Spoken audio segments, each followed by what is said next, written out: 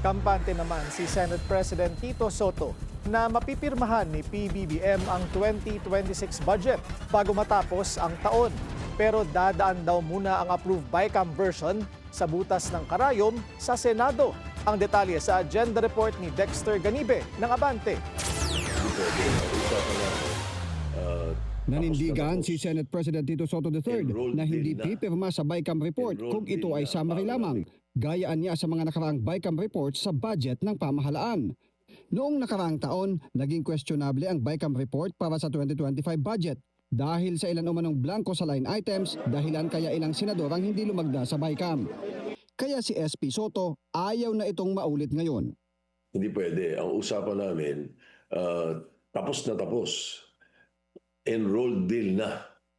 Enrolled bill na bago namin i-ratify. In other words, yung lahat ng laman nun, malinaw, nandun na lahat, pati mga supporting materials, supporting provisions, andun lahat bago namin i-ratify. Kaya sa pagbabalik sesyon niya sa Lunes, December 22, na siyang huling araw dapat ng sesyon ng Senado ay pagdidesisyonan nila ang pagpapalawig pa ng session days hanggang sa December 29.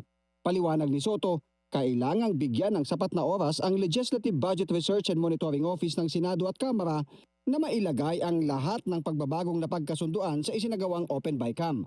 Pagtitiyak ni Soto, maipagmamalaki na transparent at malinis sa anumang insertion ang panukalang budget sa susunod na taon. Transparency and accountability na katulad na sinabi namin, yun ang talagang may pagmamalaki natin doon.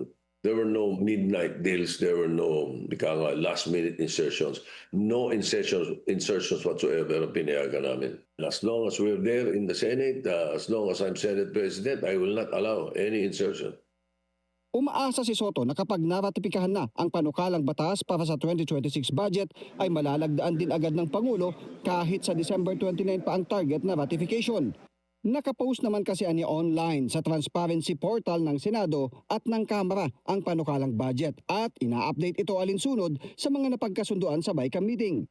Maari na niya itong ma-review ngayon pa lang ng Malacanang para kapag naratipikahan na ay maari nang malagdaan ng Pangulo kinabukasan. Para sa agenda, Dexter Ganibe, Abante!